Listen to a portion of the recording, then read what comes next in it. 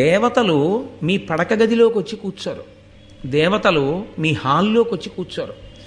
దేవతలు ఎక్కడికి వచ్చి కూర్చుంటారో తెలుసా అండి? అందరూ మీరు పూజ చేసేటప్పుడు ఆవాహయామి అంటే వస్తారు.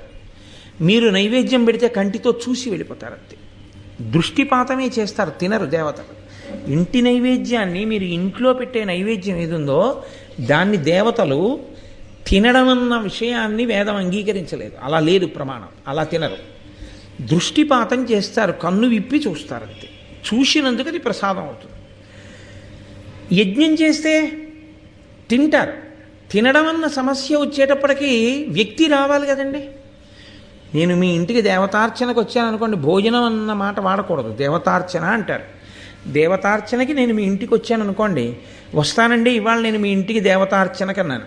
నేను మీ ఇంటికి వస్తానండి అంటే నేను భోజనం చేయడం ఎలా కుదురుతుంది? నేను వస్తేనే కుదురుతుంది.